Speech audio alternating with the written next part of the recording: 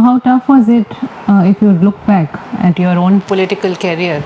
You served in the entire subcontinent, as we know, since the British days, the opposition politics was always tough here. Even the Britishers, they used to look after the Swadeshi Andolans, Gandhiji, or other leaders, not in a very decent way. So they were also kept behind the bars. Even Andaman prison was there for the freedom fighters. So it is always there. But unfortunately in Bangladesh, since last 15 years, when this Hasina's regime was there, it was really very difficult. And in total, almost 6 million of our activists were accused of several, they were charged, several crimes were charged against them. And myself, I had been to jail 11 times. And 11 times? 11 times. And the charges framed against me were not less than 110 charges against me, the cases. And you know that our leader, Begum Khaleda Jia, she was in jail for almost 6 years. And our key chairman also exiled. He is in London. And more than 20,000 of our activists were killed. And several hundreds were just disappeared. It was the worst thing, this enforced disappearance. It happened during that period. So during Hasina's period, we in fact experienced what is called a fascist government. We didn't have the experience earlier. So she was really ruthless. She destroyed all the institutions, the election institution, the judiciary, the bureaucracy, and especially the economy. She plundered the economy like anything, laundered the resources of this country towards the country. So it was there. That's why, in fact, the entire population of this country, they wanted a change. And because there was no other way democratically to remove the government.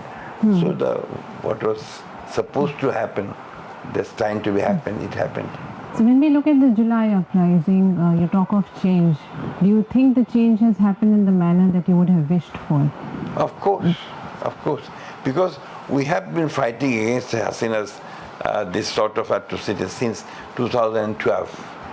Because at that time there was a unique system in our constitution that the election time government should be neutral.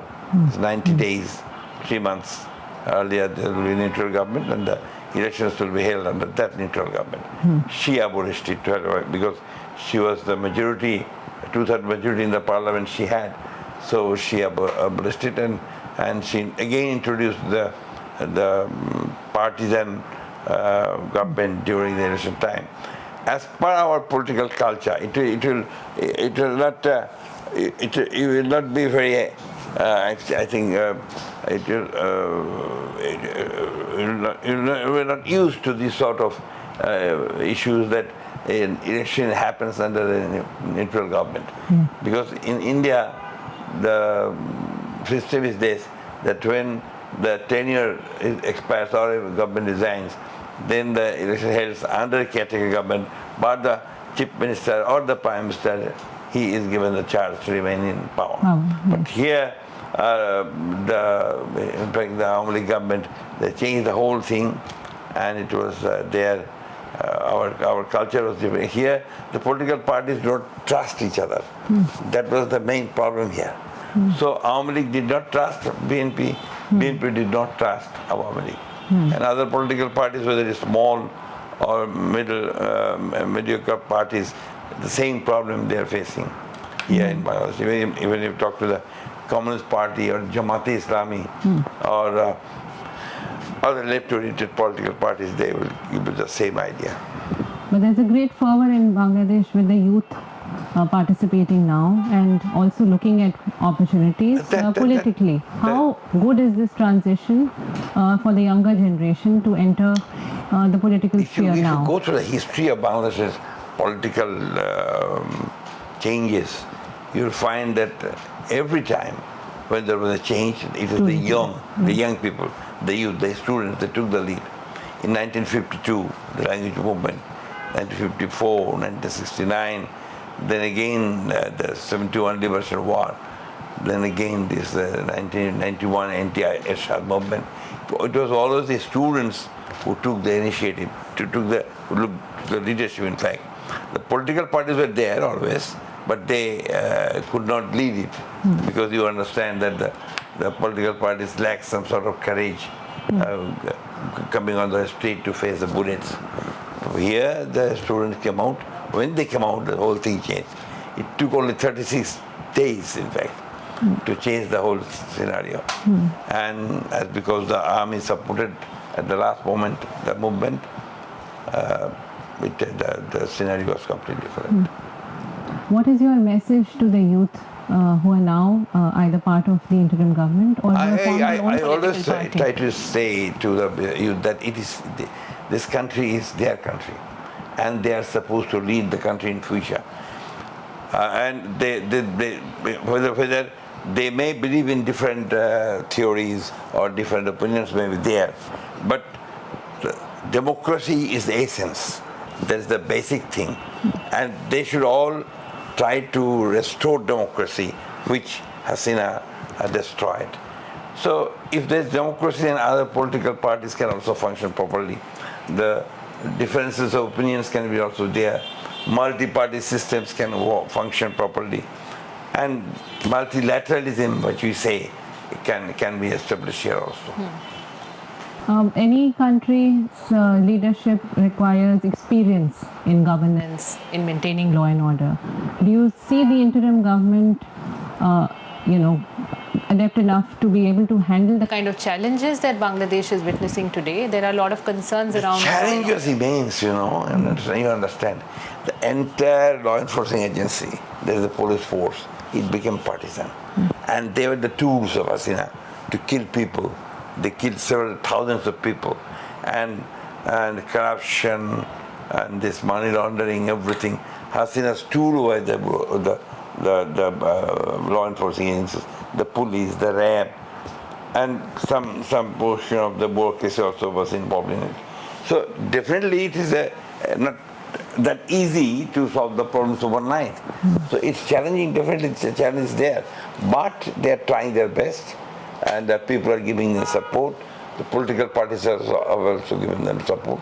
We are supporting them. We know that there are problems. We know that all things cannot be solved overnight. But I think if the people in general, they have trust in the government and the political forces, they behave rationally and at the same time in a responsible manner, I think things can be overcome.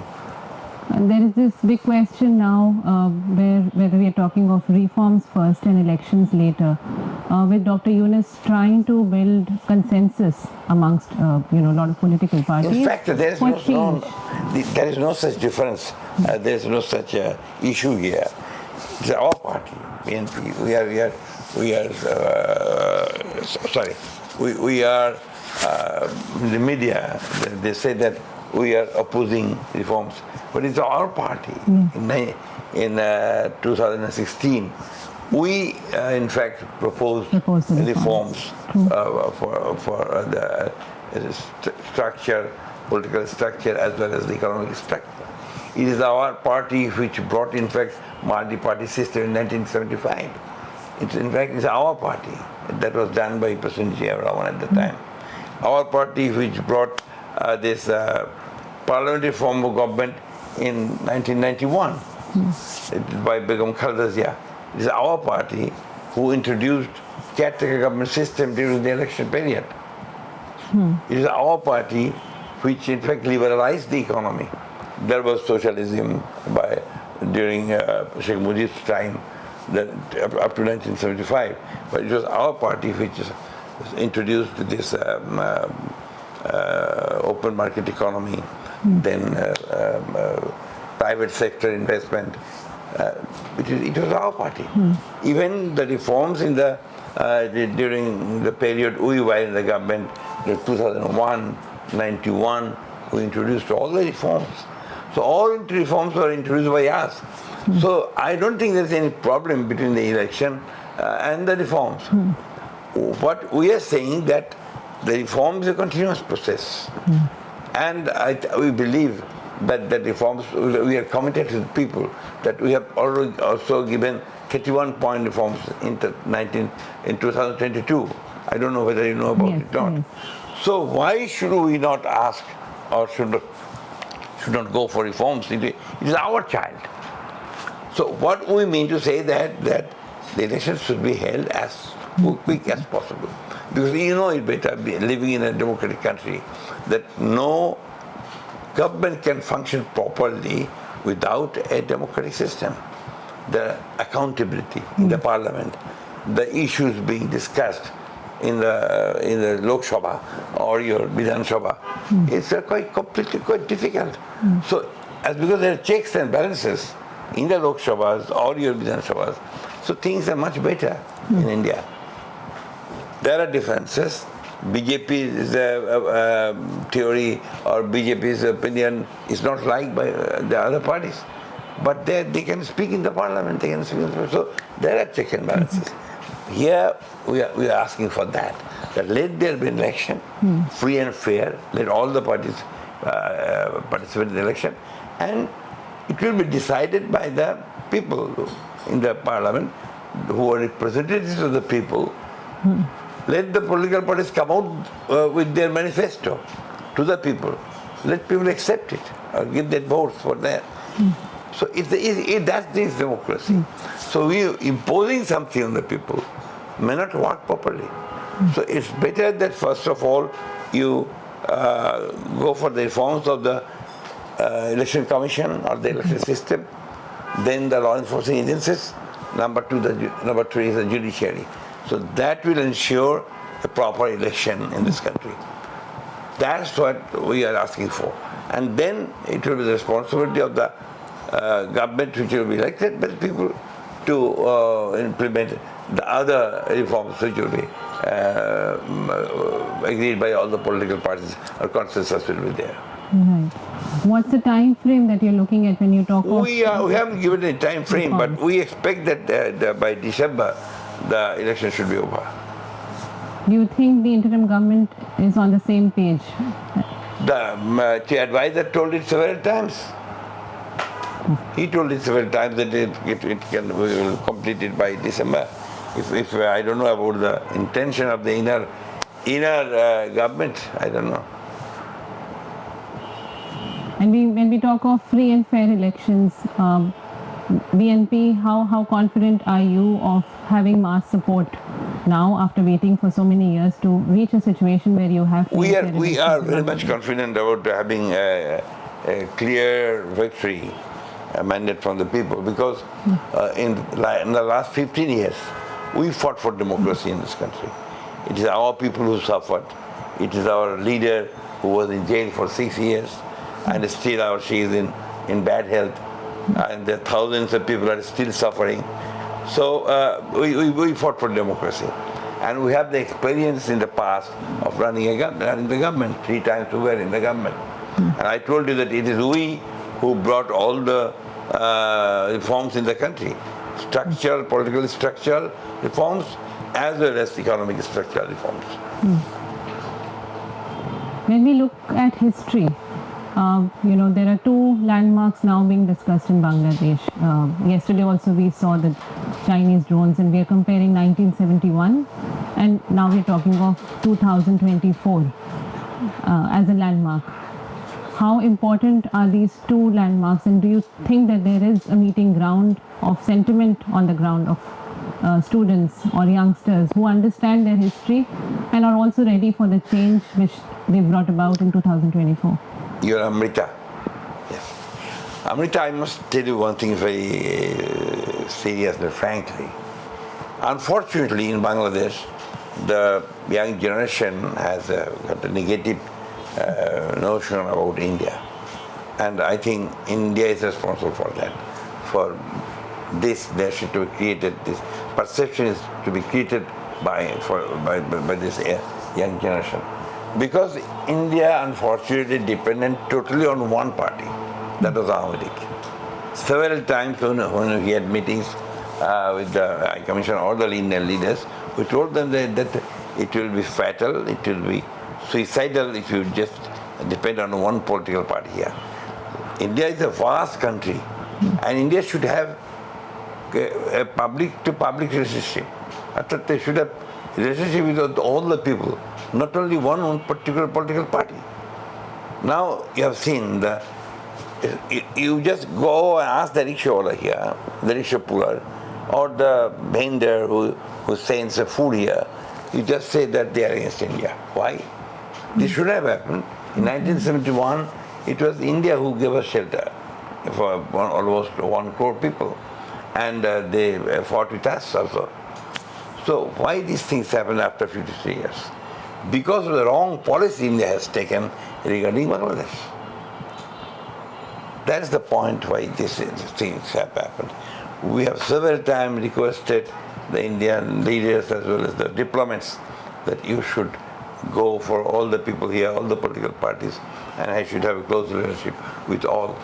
And basic issues which are facing India and Bangladesh jointly, like say the sharing of waters of the waters from the rivers which are jointly coming from India, especially the Teesta and other rivers, that should be sorted out.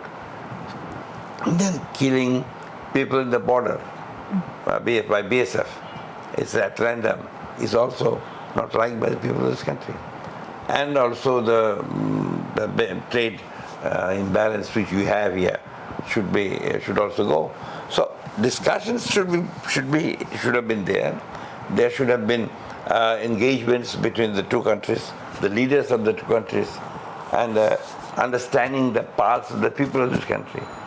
That was very important. Unfortunately, that failed. They failed to understand. Now there is, of course, there is a big, I think, possibility of regaining all these things. We also always ask for a better relationship between India and Bangladesh. That's what we ask for it. Do you think India and Bangladesh relations are on the right path right now? Right now, India hasn't spoken out very clearly, but by giving shelter to Hasina in India, it's not liked by the people here in the country. Our government has several times requested India to send her back to Bangladesh, but it has not been done properly. And again, up to Boston, please. Again, the other leaders are also being given shelter in India. They have got so many cases against them. Not only that, they have laundered money like anything, corrupt people like anything. So the problems are there. So it will have to, India has to take the lead to come out of this mess. And with the kind of steps being taken, whether it's trade, with Bangladesh now leaning outside of India onto other countries in the neighborhood. It's natural, isn't it? When I get shelter to my neighbor, then I will definitely go to others. So we ask that India should be very practical, and we also expect it that India is a very big country. It is a matured diplomacy should be there. They should have understood feel the parts of the people. But they didn't do it. That's why the things have happened. Positively, have the Chinese reached out? There have been several delegations. Chinese are very smart, The day 5th August, the change happened. I think on the 7th or 8th, they started having contacting the political parties, other political parties, so all the opposition political parties. They, in fact, contacted the Chief Adviser within 15 days, and they proposed so many economic proposals, which are very lofty proposals. So they are very smart. they are going ahead with those things. I don't think that the Chinese will fall back, because they want what they want, that their business should be made with Bangladesh, and we'll also appreciate that because we need investment here in Bangladesh. If they come out with good conditions for investments, why not? And what about Pakistan? There's been a lot of outreach suddenly also between Bangladesh and... Yes, they are taking the advantage. And what is the advantage for Bangladesh here? What kind of in engagement fact, Pakistan is quite far away from Bangladesh, but there are certain sectors which can be thought of by the policymakers here. That is the textile side. It's quite good in Pakistan also. And as well as that, we are part of Pakistan also. We had some sort of understanding between them also. But Pakistan has got, they have got this sort of. They are also quite smart. They are coming ahead with rice exports in Bangladesh and other food exports also, food stuff also. I don't think there should be any problem with this. India, Pakistan, China, Sri Lanka, and this Nepal. Why shouldn't there be good relationship? Similarly, for Bangladesh, you have a near porous border with India. It's not the same as far as China is concerned. The Himalayan divide, you can't change your geography, and Pakistan itself is not contiguous. How do you see any benefit or in long term coming with your other neighbors instead of trying to build relations back to normal with India? Relationship with India will be built definitely if India behaves in a proper way. If India comes forward with good proposals, friendly proposals, why should Bangladesh go for a hostile relationship with India? India is a big country and a big neighbor. What we want from India, that India should behave in a manner so that our issues, problems are also solved. They are taken care of. There should be proper water sharing of the rivers which have come from India, and the people who are being killed should be stopped in the border areas, and the balance of payment should also be made proper. And most important part is that not interfering into the internal politics or affairs of Bangladesh. In the last 3 elections, India definitely intervened in the election problems here in Bangladesh. That is also another problem.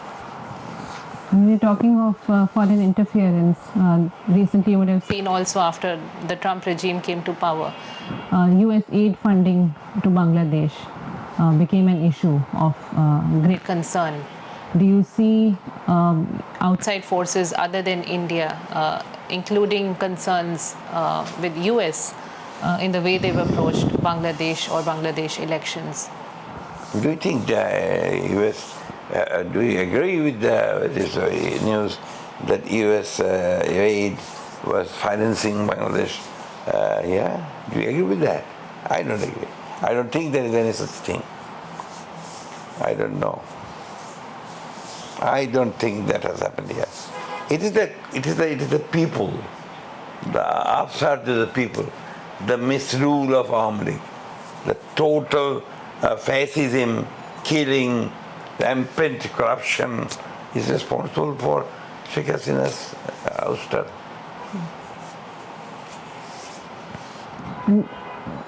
You talk of obviously the people's mandate lying with the BNP. What's the immediate roadmap that your party would be looking at once elections are announced? We are already working on it. We are now talking to our root level colleagues, root level units of the party. They are the senior leaders are going there, having good relationship with them, and we are preparing for the election. Going back to 1971 war, How do you see the sentiment? Is it actually changing in Bangladesh, the way we have seen our own history and we recognize? Yes, I history? told you that. I told that in 1971, I myself was just passed in masters at that time. And during 21, I went against Pakistan because of their misrule. And in fact, I fought against Pakistan. I was a freedom fighter. Not only me, it was thousands of people, young men like that at the time. We fought for our liberation against Pakistan. But unfortunately, the misrule of Awami League from 72 to 75, their non-governance, misrule, corruption, and this one-man show or one-party show, that there was no leader other than Sheikh Mujib, or there was no party other than Awami League. This created the problem here. In fact, the young generation, they didn't like it very much. You must be knowing, just because you were in journalism, you must be knowing that there was a party called JSD, Jatiya Samajtantrik Dal, and that was created at that time from Awami Leaguers. Those who opposed Sheikh Mujib at that time, like Abdul Raub, ASM Abdul Raub, then Shahjahan Shiraj, then a lot of other young political activists who believed in socialism also in a democratic Bangladesh. They opposed Sheikh Mujib at that time. Sheikh Mujib, in fact, banned all the political parties in 1975 and introduced one-party system, this Bakshal system, which was completely against the spirit of 1971 liberation war.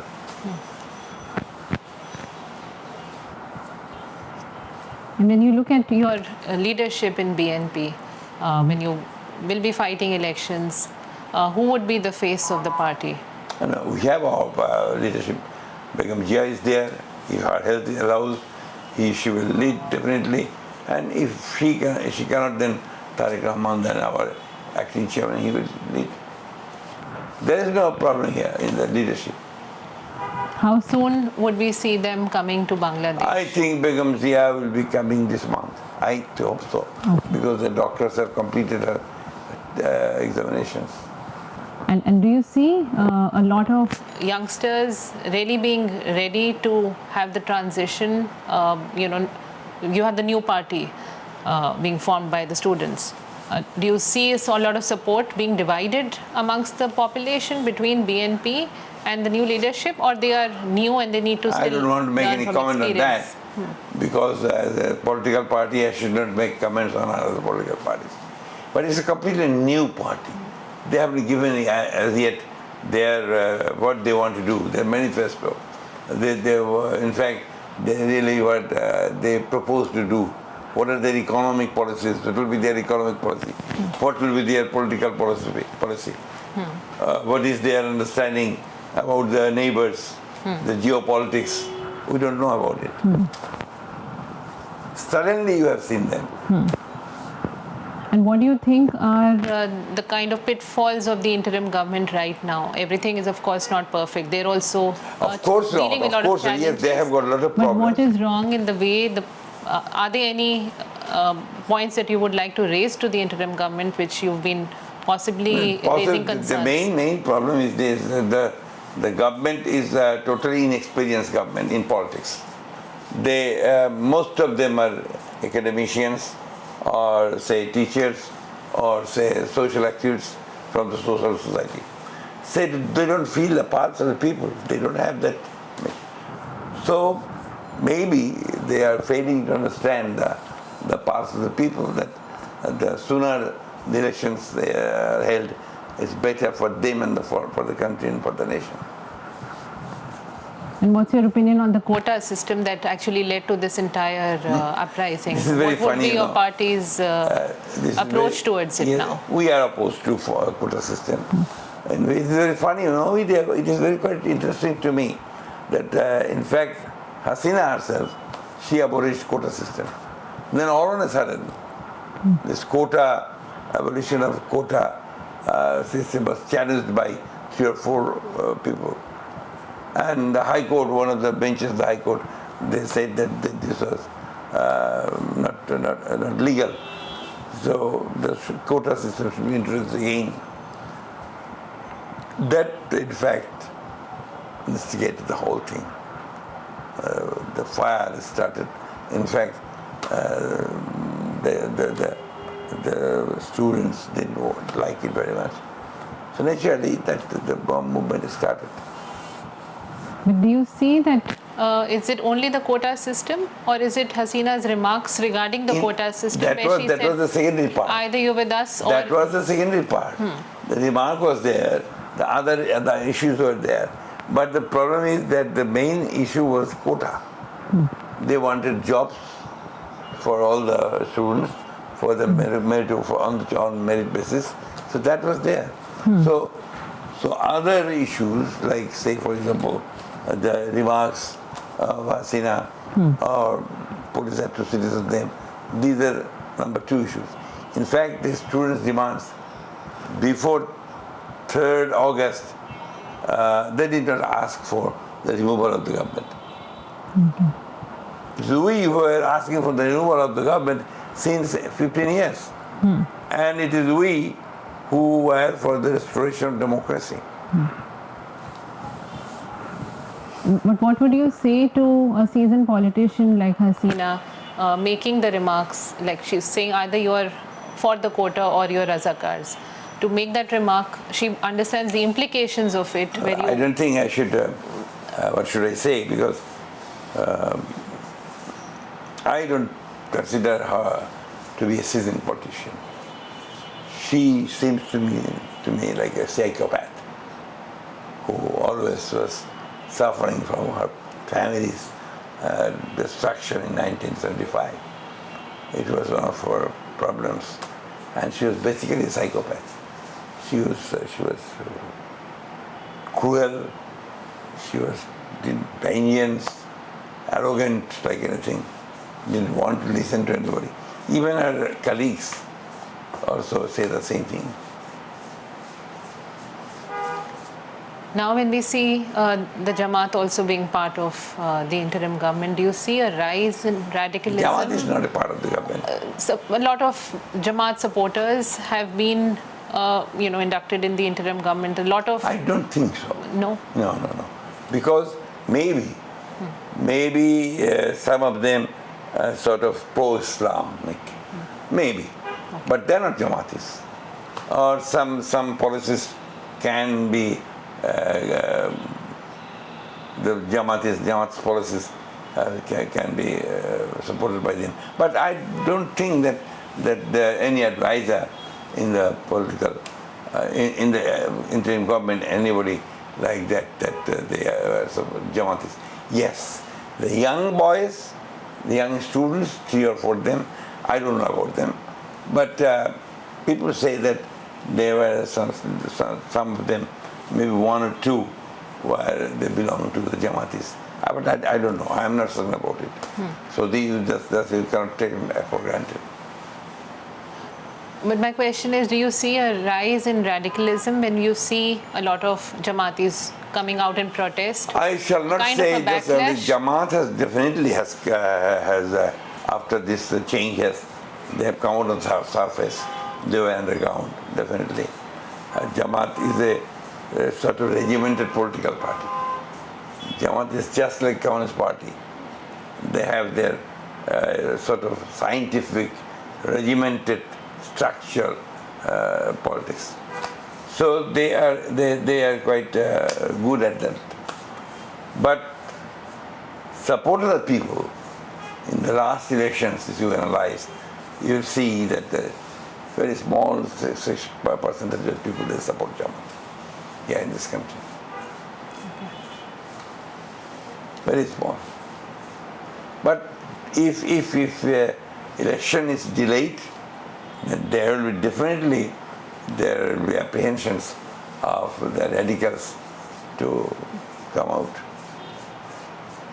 So at the moment you do not see a rise in radical sentiment? Not exactly. Really. There are some elements like this, set of people who, in fact, demolished the Mazars, or they didn't want that the women should not come out. Yes. Destroyed the Chittagong Baishakhi Mela. Very few. They are very few in number, and they cannot be taken as a majority of the people. They don't. I don't think. Very small number. Very small. And how do you analyze the role of the military through the Army has transition? always played a very patriotic role in Bangladesh. Always. And this time also, if they would have taken this stand that they will support the killing, what she asked for, they asked the army to kill people, then there would have been massacre, bloodbath. They saved the country from a total bloodbath. If there was one message that you would like to give India, what would that be at this moment? India should immediately change their policy regarding Bangladesh. India should come with a new spirit of friendship to the people of Bangladesh, with new proposals for sharing this water, taste of water, and giving them positive ideas that we are your friends, not your enemies. This should be given in, in a diplomatic way. There are a lot of things can be done. They can do it. And that should be done for the stability in the total region, and as well as for India's interest also. India is a big country, it's a big economy, and Bangladesh is a good market for them. And they should not think that they can allow Bangladesh to go against them. So it is for their interest. They should come out with good proposals of friendship. So if BNP comes to power, should we look at improving India-Bangladesh relations? Will the relationship be on track? We believe in friendship to all, especially with our neighbors. It was our leader, Dev Rahman, who proposed, not exactly proposed, he dreamt of the SAARC, the South Asian cooperation. That was his proposal. And I think that is possible. Do you have any plans of visiting India anytime soon, or would you wish Indian leaders to visit Bangladesh, and at what time?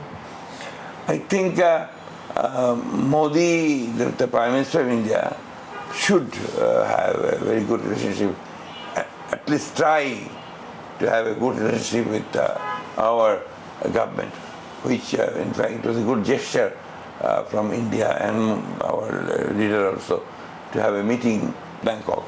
That's a good thing, but that should not end there. It should, now things should go ahead faster. And what would be your message to Dr. Yunus to also have an outreach for India, and if at all, in which manner? Dr. Yunus is a very, very, I must say it, he's not a politician, but he is a very good leader. And I think he will take all the opportunities to get India closer to Bangladesh for different reasons, for like the security reasons, for this stability reasons, for trade, for economy. We import a lot of things from India, lot of things, even food items. So we need the good relationship between India. But having this hostile relationship and India always looking down in Bangladesh, is to not solve the problem.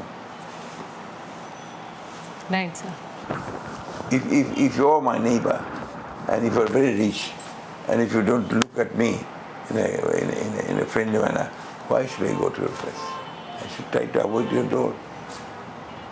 It's not that so. And the campaign which is started, you must be knowing that we are killing so many minorities here, which are the total blatant lies. In fact, in few days, there were some problems, but not with the minorities, but against the Awami Leaguers. Maybe, coincidentally, they were minority people. So are you differentiating between political violence and targeted Of course, minority? This was totally targeted political violence, not targeted communal violence. This is totally different. There was no communal violence as far I know. In my district, in my constituency, 35% minority in my constituency. And there was not a single incident which went out of control. Yes, there were some incidents, but this didn't go out of control. And after a few days, you will not hear anything in Bangladesh now that there are some problems. If you move around, talk to them, they will say there is no state completely. It's peaceful. It's completely peaceful. In fact, frankly, even the Secretary General of Awami League, he said that if there is a change, then thousands, lakhs of people will die here in Bangladesh in the hands of the BNP people. But it was not even thousands. Within Bangladesh, any supporter of Awami League is also being targeted in the same manner as we were accusing Awami League of targeting the other side. No, I don't think so. No. I don't know. This is a wrong information going on. Now the country needs an election as soon as possible.